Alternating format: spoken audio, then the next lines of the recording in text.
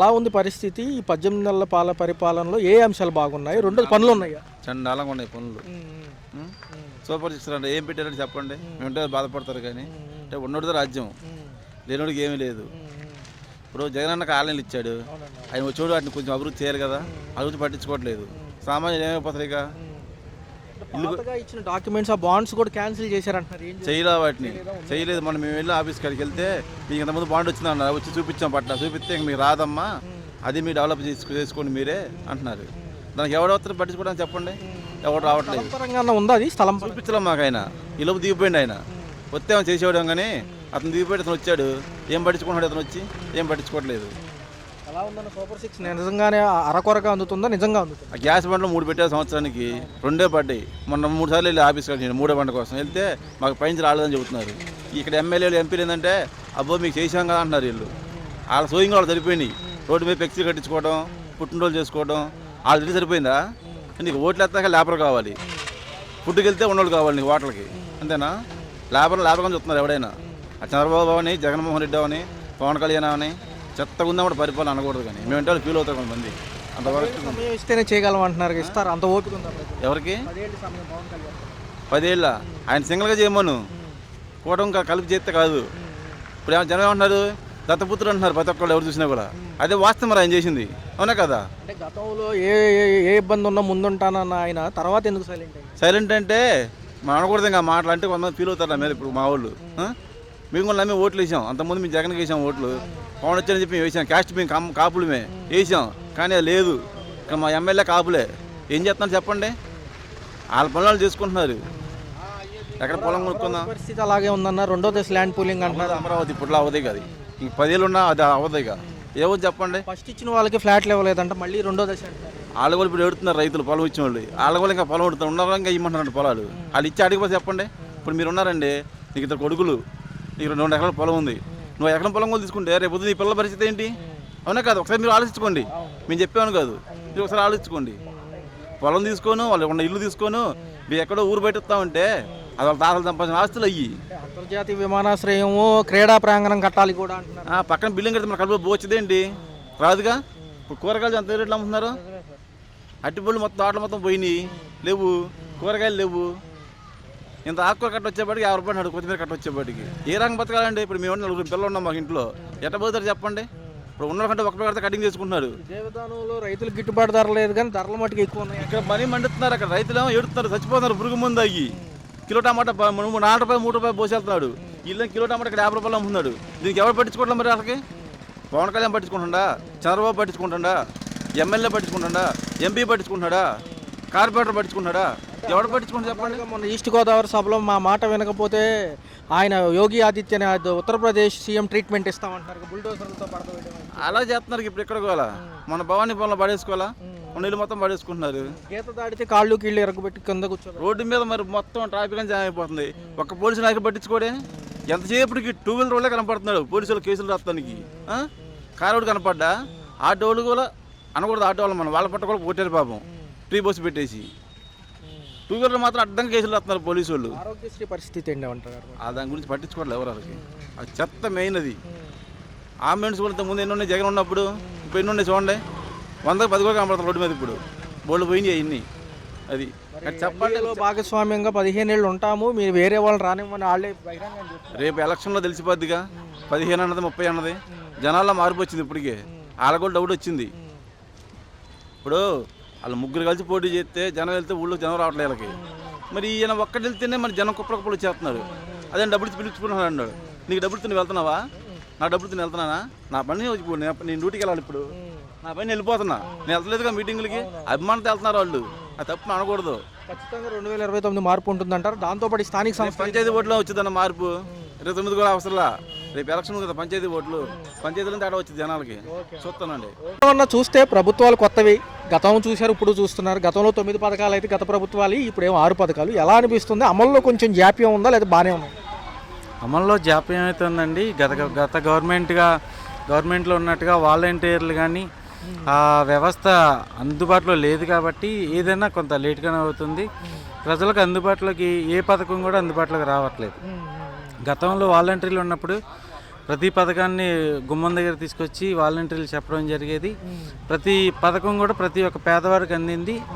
ఈ రోజున అవకాశం లేకుండా పోయింది. అదేవిధంగా జగన్ గారు కూడా పదే పదే ఎక్కడికి వెళ్ళినా జనసమూహం వస్తుంది, మాజీ ముఖ్యమంత్రి గారు ఓడిపోయిన చోట గెలవాలంటున్నారు. ఏదైతే ఈవీఎంల గురించి అందరికీ తెలిసిన విషయం ఏం జరిగింది అనేది పర్టికులర్గా మాట్లాడటం అనవసరం, కానీ మరి ఏమనిపిస్తుంది నెక్స్ట్ అయినా 2029 పుంజుకోవడానికి బస్సు యాత్రలు అంటున్నారు ఆయన కూడా. ఖచ్చితంగా తర్వాత వచ్చే గవర్నమెంట్ జగన్ గారి గవర్నమెంట్ ఖచ్చితంగా వస్తుందండి. ఎందుకంటే అది పేదవారికి సంబంధించిన గవర్నమెంట్. ఇప్పుడు ఉన్న గవర్నమెంట్ అమలు చేస్తా ఉన్నా ఏం అమలు చేయట్లేదు. దానిలో జాప్యం అయితే ఖచ్చితంగా జరుగుతుంది. రైతులు గందరగోళం ఉంది రాష్ట్రంలో. అటుపక్క అమరావతి రైతులకేమో ఫస్ట్ భూములు ఇచ్చిన వాళ్ళకేమో ఫ్లాట్లు ఇవ్వలేదని, ఇటుపక్క చూసుకుంటే గిట్టుబాటు ధరలు లేవు, ఇక్కడ చూస్తే ధరలు మండిపోతున్నాయి. ఏమంటారు? ఇదే మాట మీద పవన్ కళ్యాణ్ గారు పేదల తరపున నేను నిలబడతానన్నారు. నిలబడిన మాట ఇంతవరకు కూడా పవన్ కళ్యాణ్ గారు నిలబెట్టుకున్న పరిస్థితి అయితే లేదు. పవన్ కళ్యాణ్ గారు ఇచ్చిన మాట మీద అయితే నిలబడింది లేదు. పేదల పక్షాన ఉంటున్నారు. పేదల పక్షాన ఆయన నిలబడాలో లేదు, ఆయన విజ్ఞతకే వదిలేస్తాము. ఆయన కూడా ఇదే మాట నిమిత్తం ఒకటి అన్నారు. ఏదైతే ఉందో ఉత్తరప్రదేశ్ ముఖ్యమంత్రి యోగి ఆదిత్యనాథ్ గారు ఉన్నారు కదా, ఆ యోగి ఆదిత్యనాథ్ గారికి సంబంధించి ఆయన ఇచ్చిన బుల్డోజర్ ట్రీట్మెంట్ ఇస్తారంట. లిమిట్ దాటి మాట్లాడిన మాజీ నాయకులు ఎంతవరకు సమంజసం? కాళ్ళు కీళ్ళు ఎరగొట్టి పక్కన కూర్చోబెడతాను, గీత దాటిన మాజీ నాయకుల్ని ఇంకా ప్రభుత్వం వాళ్ళదేననుకుంటున్నాను అంటున్నారు. దీని మీద కొంచెం విమర్శలు కూడా వస్తున్నాయి. ఎందుకంటే ఆ మాటలు కరెక్టేనా? కాళ్ళు చేతులు ఎరక్కొట్టేస్తా అంటే ఇక్కడ ఎరక్కొట్టుకోవడానికి ఎవరు ఉండరండి. ఎందుకంటే ఎవడికి ఉండాల్సింది వాడికి ఉంటుంది. పవన్ కళ్యాణ్ ఏదో మాట్లాడినంత మాత్రాన ఇక్కడ ప్రజలు ఎవరు భయపడిపోరు, నాయకులు ఎవరు భయపడిపోరు. దేనికైనా సిద్ధమని ప్రజలు ఉన్నారు. పవన్ కళ్యాణ్ నిలబెట్టుకుని ఉంటే ఆ మాట పైన ఉన్న గౌరవంతో ఎవరైనా చేసేదానికి అవకాశం ఉండేది. పవన్ కళ్యాణ్ అయితే నిలబెట్టుకోలేదు కాబట్టి పవన్ కళ్యాణ్ మాటకి అంత విలువ లేదని నేను చెప్తున్నాను. మరి ఎలా అడుగుతున్నారు? 10-15 ఏళ్ళు సమయం ఇస్తే మేము రానివ్వము వేరే వాళ్ళని, ఈ వచ్చేసారి కూడా మేమే అంటే ప్లాన్ అయిపోయిందంటారా? అక్కడ జరిగిందంటారా? ప్రజల్లోకి వచ్చి వాళ్ళు చేస్తున్నది ప్రజల్ని అడిగితే తెలుస్తుందండి. ప్రతి ఒక్క ప్రజల దగ్గరికి వెళ్ళి వాళ్ళ గవర్నమెంట్ ఏం చేసిందని ప్రజల దగ్గరికి వెళ్తే ప్రజలే చెప్తారు. ప్రజలే బుద్ధి చెప్పే టైం వస్తుంది. ప్రజలు ఖచ్చితంగా మాట్లాడతారు. ఎందుకంటే పవన్ కళ్యాణ్ గారు చాలాసార్లు అన్నారు అంతవరకు, ఎందుకంటే వాలంటీర్ల తరపున నేను నిలబడతా అన్నారు. వాలంటీర్ల తరపున నిలబడ్డారా? మేము రైతుల తరపున నిలబడతా అన్నారు. రైతుల తరపున నిలబడ్డారా? అంత దాకా ఎందుకు? ఈరోజు టమాటా చూస్తే 50 రూపాయలు తగ్గట్ల. ఈ దగ్గరగా నెల రోజుల నుంచి ఇదే నడుస్తూ ఉంది. మరి ప్రజల తరపున వచ్చి నిలబడ్డారా? ఏదన్నా తీసుకుందా? పచ్చిమిరకాయ ఉంది. పచ్చిమిరకాయ 39 రూపాయలు 40 రూపాయలు ఉంటుంది. పచ్చిమిరకాయ తగ్గచ్చట్లే. కూరగాయలే కానీ, నిత్యావసర సరుకులే కానీ, కోడిగుడ్డు చూస్తే ఇవాళ 8.5 రూపాయలు నడుస్తుంది. పేదవాడు ఇంకేం తింటాడని, ఏం బతుకుతాడు? ఈ ప్రభుత్వాలు వచ్చాక చాలామంది పనులు లేవని కొంతమంది, పనులు ఉన్నాయని కొంతమంది అంటున్నారు. వ్యాపారాలు బాగా మందగించాయని కొంతమంది అంటున్నారు. రియాలిటీ ఎలా ఉంటుంది?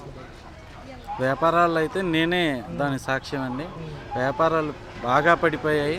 జగన్ గారి ప్రభుత్వంలో ఉన్నప్పుడు ఇసుక వల్ల ప్రజలు రోడ్డు మీదకి వచ్చేసారు. ప్రజలు తినట్లేదు, ప్రజలు తాగట్లేదు అని చెప్పేసి ఆ టైంలో ప్రచారం చేసిన ఆ గవర్నమెంట్ ఈ రోజున గవర్నమెంట్ వచ్చేసరికి ఏ ఒక్కరు కూడా కడుపు నిండా తినింది లేదు. మద్యం రేట్లు తగ్గించారన్నారు. మద్యం రేట్లు తగ్గించిన దానివల్ల తాగేవాడికి అది సంతోషం. ఇంట్లో ఆడవాళ్ళు వెళ్ళి తాగరు కదా. ఇంట్లో ఆడవాళ్ళు కడుపు మాడే రోజులు మాడుతూనే ఉన్నాయి. తాగేవాడు ఒక బాటిల్ తాగేవాడు ఇంకొక బాటిల్ తాగుతున్నాడు. ఇదే విధానంలో చూసుకుంటే జగన్ గారు ఏ సమస్య వచ్చినా ముందుకు వస్తున్నారో, రైతుల కాడి నుంచి, మిర్చి రైతుల కాడి నుంచి అన్నీ వరుసపెట్టి కలిశారు, అరటి రైతుల వరకు. మొన్న భవానీపురం జోజీనగర్ రావడం జరిగింది. 42 కుటుంబాలు రోడ్డు మీదకి వస్తే వాళ్ళకి భరోసా ఇవ్వడం జరిగింది. తదుపరి జనవరి అనంతరం కూడా బస్సు యాత్ర, నియోజకవర్గ వారీల పర్యటన అంటున్నారు. మరి ఎలా ఉంటుంది? జనం స్వచ్ఛందంగా వస్తున్నారా, నిజంగా పెయిడ్గా తీసుకొస్తున్నారా? జనం అయితే స్వచ్ఛందంగానే ముందుకు వస్తున్నారండి. జగన్ గారు డబ్బులు పెట్టి, లేదంటే వేరే గవర్నమెంట్ డబ్బులు పెట్టి తీసుకొచ్చి ప్రసక్తి లేదు. జగన్ గారి మీద ఉన్న అభిమానంతో జగన్ గారు చేసిన మంచి పనులు ఆ టైంలో ఇప్పుడు నడుస్తున్న గవర్నమెంట్ ఏ అయితే మాయ మాటలు చెప్పి చేస్తానన్నదో ఆ మాయ మాటల వల్లనే గెలిచారు. రిగ్గింగ్ వల్ల గెలిచారు. వాళ్ళైతే నిజాయితీగా గెలవలేదు. ఖచ్చితంగా వాళ్ళు రిగ్గింగ్ వల్ల గెలవటం వల్ల జరిగింది. ఇక భవానీపురం గొడవలు చూసినప్పుడు అయితే గవర్నమెంట్ హస్తం అయితే ఖచ్చితంగా ఉంది. గవర్నమెంట్ హస్తం లేకపోతే అక్కడ ఉన్న వారందరినీ ఆ ఇల్లును కూర్చివేయటం అనేది కరెక్ట్ అయిన పద్ధతి కాదు. జగన్ గారు వెళ్ళి నిలబడ్డారు. ఖచ్చితంగా న్యాయం జరుగుతుంది. అది స్టే ఆర్డర్ తెచ్చే లోపలే పోలీసులంతా ఉత్సాహంతో అది మొత్తం పడగొట్టారని గవర్నమెంట్ హస్తం లేకుండా అయితే ఏమీ లేదు. ఖచ్చితంగా దీనికి ప్రజలు బుద్ధి చెప్తారు, ఈ గవర్నమెంట్కి తగిన బుద్ధి చెప్తారు. పవన్ కళ్యాణ్ గారు మార్చుకోవాల్సింది మాట మీద నిలబడితే సరిపోతుంది. ఇంతవరకు వాలంటీర్లకి ఎన్నో అనవసరం, వాలంటీర్లకు ఇచ్చిన హామీని నెరవేర్చమనండి. గవర్నమెంట్ ఇప్పుడు ప్రస్తుతానికి ఉన్న గవర్నమెంట్ని ప్రజలు నమ్మడానికి అవకాశం ఉంది. 1వ తారీఖు పెన్షన్, 2వ చూసుకుంటే రేషన్ తీసుకునే విధానంలో ఎలా ఉంది? బాగానే ఉందండి, బాగానే చూసుకున్నట్లయితే 18 నెలలు కొత్త ప్రభుత్వం వచ్చింది, 18 నెలలు గడిచాయి. ఏ అంశాలు బాగున్నాయి? రేపు అమరావతి కానివ్వండి, డెవలప్మెంట్ అంటున్నారు, అన్నీ బాగానే ఉన్నాయి. ఇల్లు లేని వాళ్ళందరికీ ఇల్లు ఇస్తే అంత బాగుంటుంది. మేడం, ఆరోగ్యశ్రీ బదులుగా కూడా ఆరోగ్య బీమా అంటున్నారు, 25 లక్షల కుటుంబానికి. గతంలో ఆరోగ్యశ్రీ బకాయిలు ఉండటం వల్ల పథకాన్ని పక్కన పెట్టారు. ప్రభుత్వ హాస్పిటల్ ఒక్కట్లే చూస్తున్నారు ఇప్పుడు, మిగతా ప్రైవేట్ హాస్పిటల్లో లేదు కాబట్టి ఎలా ఉంటుంది? అదే హాస్పిటల్లో చూడటమే, కొంచెం అంత బాగా ఏం చూడట్లేదు గవర్నమెంట్ హాస్పిటల్లో. మా అమ్మ ప్రైవేట్ హాస్పిటల్లో బాగా చూస్తున్నారు, డబ్బులు కట్టడం కదా, బాగుంది. అందులో మీకు నచ్చిన విధానంగా ఎలా ఉంది ప్రభుత్వం? ఏ విధాల్లో ముందుకెళ్తుంది, ఏ విధాల్లో స్లో? తెలుగుదేశం బాగానే ఉంది ప్రభుత్వం. అంటే మాజీ ముఖ్యమంత్రి జగన్ గారు కూడా 9 పథకాలు చేశారు కదా, అప్పుడేమని అందుకున్నారు? పింఛన్ అయితే అయ్యానికి అందినాయి అంతే. అప్పుడే అవే, ఇప్పుడు ఇవే, అది రెండు. పవన్ కళ్యాణ్ గారు కూడా డిప్యూటీ సీఎం ఆయన, మరి ఆయన పనితీరులు ఎలా ఉన్నాయి? మొన్న ఒక సభలో ఏదైతే ఉందో జలధార అని చెప్పి స్టార్ట్ చేశారు. ఎక్కువ సేపు కోనసీమ జిల్లాల వైపే ఉంటున్నారు ఆయన. మరి గ్రామీణ అభివృద్ధి శాఖ తీసుకున్నారు కాబట్టి రోడ్లు ఇవన్నీ ఎలా ఉన్నాయి? బాగున్నాయి, అన్ని చేస్తున్నారు బాగా పవన్ కళ్యాణ్ గారు. సినిమాల వ్యక్తిగత చేయగలరు, చేస్తారు. పవన్ కళ్యాణ్ గారు ఒక మాట అంటున్నారు, నేను దేనికి భయపడను, 15 ఏళ్ళు సమయం ఇవ్వండి, నేను మొత్తం అమరావతిని చూపిస్తామని. అవును, అన్ని బాగా చేస్తారు ఆయన. నమ్మకం ఉందా? ఆల్రెడీ చేస్తున్నారు, నమ్మకం ఉంది. నచ్చిన నాయకుడేనా మీకు?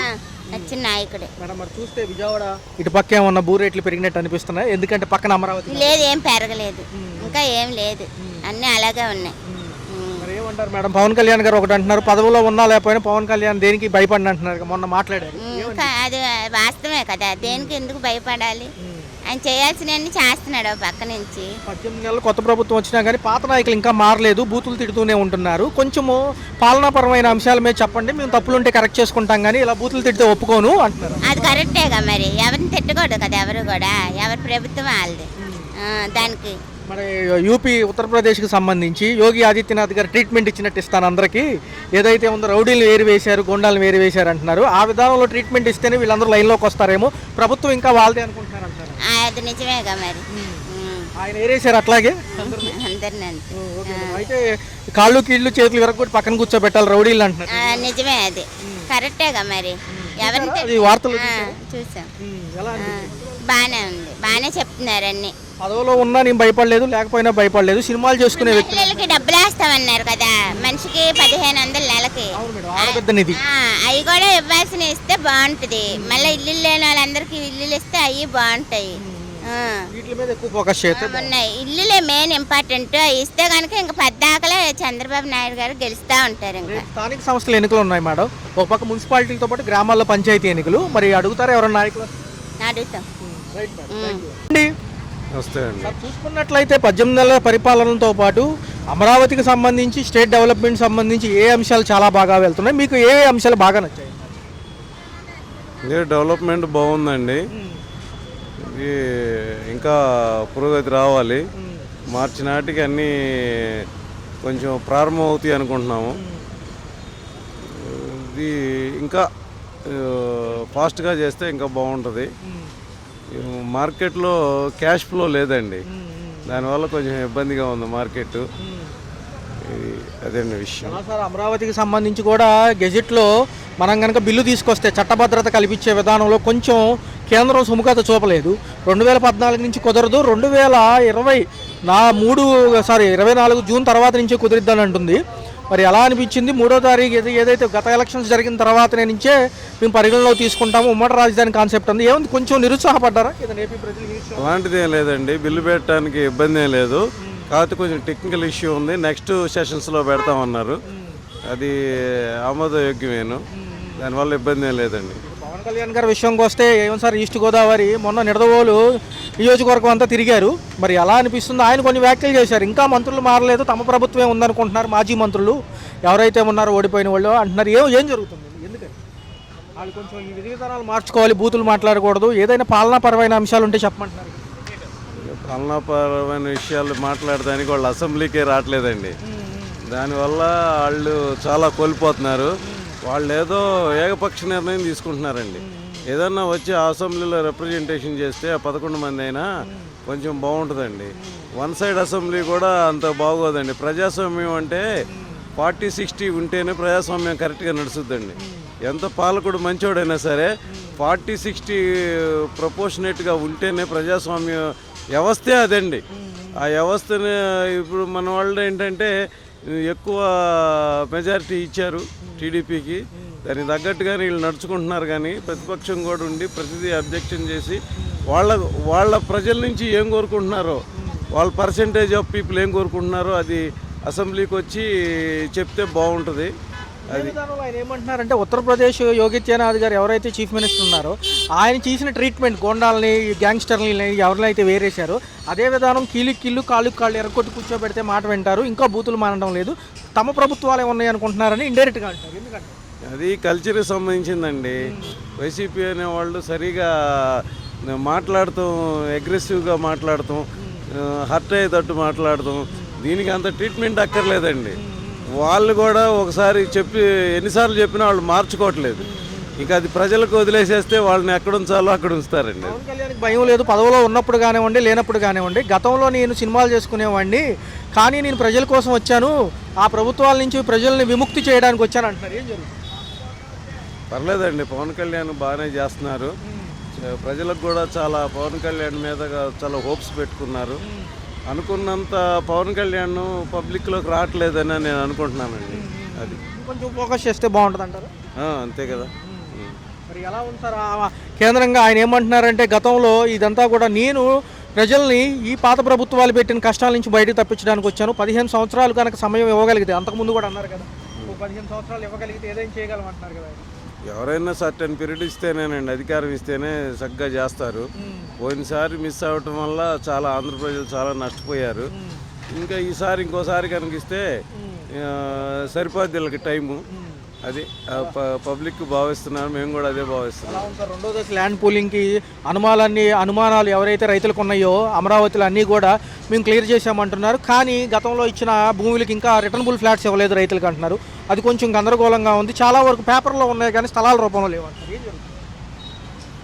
అంటే ఈ ప్రాసెస్ జరుగుతుందండి. ఇది ఒక బిజినెస్ లాంటిదండి. ప్రభుత్వానికి రైతులకి ఒక బిజినెస్ లాంటిది. ఆ బిజినెస్ ఏమాత్రం సక్సెస్ అవుద్ది, ఎంత ఎక్స్పెక్టేషన్ చేస్తున్నారు అది అనేది ఇప్పటికీ కొన్ని ఎక్స్పెక్టేషన్ దాటిపోయినాయి. మంచి ఎక్స్పెక్టేషన్లోనే ప్రైసెస్ ఉన్నాయి. అది అలా భావించాలి. మనకి ఎంత వస్తుంది, ఎంత ఇది అవుతుంది, మన అవసరం ఏంటి ఇలా భావించాలి. కానీ ఇది ఎవరు అంచనా వేసేది కాదండి. ఏ రోజుకి ఆ రోజు పెరగచ్చు, తగ్గచ్చు. ఇది ఇస్ అ బిజినెస్. అది ఏమంటారు సార్? ఒక మాటలో స్థానిక సంస్థల ఎన్నికలు త్వరలో ఉన్నాయి కాబట్టి, మన రాష్ట్రంలో తెలంగాణలో కూడా కొలిక్కొచ్చేసింది కాబట్టి ఎలా ఉండబోతుంది? రేపు జనవరి అనంతరం అంటున్నారు. ఒక పక్క మాజీ ముఖ్యమంత్రి మళ్ళీ బస్సు యాత్ర అంటున్నారు, ఇటుపక్క మున్సిపాలిటీలు గ్రామ పంచాయతీలు సంసిద్ధం కావాలంటున్నారు. మరి ఎలా ఉంటుంది? మాజీ ముఖ్యమంత్రి బస్సు యాత్రలు చేయొచ్చు, అన్నీ చేయొచ్చు అండి. ఇప్పుడు ఆయన ఖాళీగా ఉన్నాడు. గవర్నమెంట్కి అయితే మంచి మద్దతు ఉందండి. ఎక్కువ మున్సిపాలిటీలు కానీ పంచాయతీలు కానీ టీడీపీ కూటమికి రావడానికి అవకాశం ఉందండి. నమస్కారం అండి. కొత్త ప్రభుత్వాలు వచ్చి 18 నెలలు అవుతున్నాయి. సంక్షేమ పథకాలు ఏదైనా ఇబ్బంది ఉందా? ఏమి ఇబ్బంది లేదండి. 1వ తారీఖు పెన్షన్తో పాటు తర్వాత వచ్చే రేషను ఇచ్చేస్తున్నారండి. ఎలా ఉండాలి? విధి విధానాలు ఎలా ఉన్నాయి? ఎలా వస్తున్నారు? బాగున్నారండి, బాగా ఇస్తున్నారు. ఏమి ఇబ్బంది ఏం లేదండి. ఈ పిల్లలకి తల్లికి వందనం పేరుతో ఏదన్నా పడినాయా డబ్బులు? మాకు ఇంకా పడలేదండి. మేడం గారు, మరి చూస్తే నిత్యావసర సరుకుల ధరలతో పాటు కరెంట్ ఛార్జీలు ఎలా? మాకు తగ్గినాయండి. గత దాంతో పోలితే ఇప్పుడు బాగానే ఉంది. మహిళలకి ఉచిత బస్సు ప్రయాణం ఎలా ఉంది? బాగానే ఉంది కానండి, జనాలు అందరూ ఎక్కేయడం వల్ల వాళ్ళకి కూడా ఇస్సిరాకు వచ్చేసి ముందుకెళ్ళి ఆపుతున్నారండి. ఉప ముఖ్యమంత్రి పవన్ కళ్యాణ్ గారు మన రాష్ట్రానికి ఎలా ఉంది? ఆయన కూడా పాపం సినిమాల వ్యక్తి కాబట్టి ఎలా చేస్తారు? చాలా బాగా చేస్తున్నారండి. అందరిని అర్థం చేసుకున్నారండి, దానికి ఇబ్బంది ఏం లేదండి. మొన్న మాట్లాడారు సభలో కూడా, నాకు కనుక 15 ఏళ్ళు సమయం ఇస్తే అన్నీ చేయగలను అంటున్నారు కదా, ఇస్తారా? ఇస్తారండి. ఎందుకెవరు అందరూ ఆయన ఇంకా రావాలనే కోరుకుంటారు. బాగానే ఉందండి. మాజీ ప్రభుత్వ నాయకులు ఇంకా తమ్మే పదవిలో ఉన్నారనుకుంటున్నారు, కానీ 18 నెలలు అయిపోతుంది, కొంచెం మారితే బాగుంటుంది అంటున్నారు కదా మాజీ నాయకులు. భగవంతుడి దయ, అలా అదృష్టం అండి.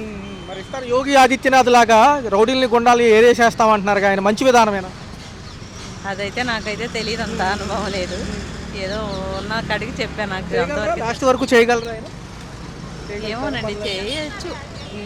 రోడ్లు ఎలా ఉన్నాయి? రోడ్లు బాగానే ఉన్నాయి. ఇదే విధానంలో రేపు స్థానిక సంస్థల మున్సిపాలిటీలతో పాటు గ్రామ పంచాయతీ ఎన్నికలు ఉన్నాయి. మరి ఎలా అనిపిస్తుంది? మరి మహిళలకు ఉచిత బస్సు ప్రయాణం కూడా ఇస్తున్నారు కదా.